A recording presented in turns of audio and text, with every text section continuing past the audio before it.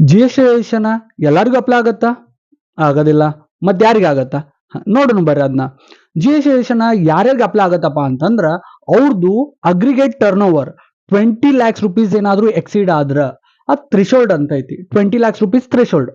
ಆ business threshold ಏನಾದ್ರು cross ಆದ್ರ ಅಂದ್ರೆ 20 lakhs rupees ಕ್ರಾಸ್ ಆದ್ರ ಅವಾಗ ಜಿ ಎಸ್ ಟಿ ಅವ್ರಿಗೆ ಕಂಪಲ್ಸರಿ ಆಗಿರುತ್ತ. Without tax without tax 20 lakhs rupees exceed ಆದ್ರ ಮಾತ್ರ ಅವ್ರಿಗೆ ಜಿ ಎಸ್ ಟಿ ಕಂಪಲ್ಸರಿ ಇರ್ತೈತಿ. 20 ಲಕ್ಷದ ಒಳಗೇನಾದ್ರು ಇದ್ರ ಅವ್ರಿಗೆ ಇದು ಆಪ್ಷನಲ್ ಆಗಿರತ್ತ. ಆಪ್ಷನಲ್ ಆಗಿದ್ರ ತಗೊಳ್ಬಹುದು, ತಗೊಳಿಕ್ಕಿಲ್ಲ. ಹೌದಾ?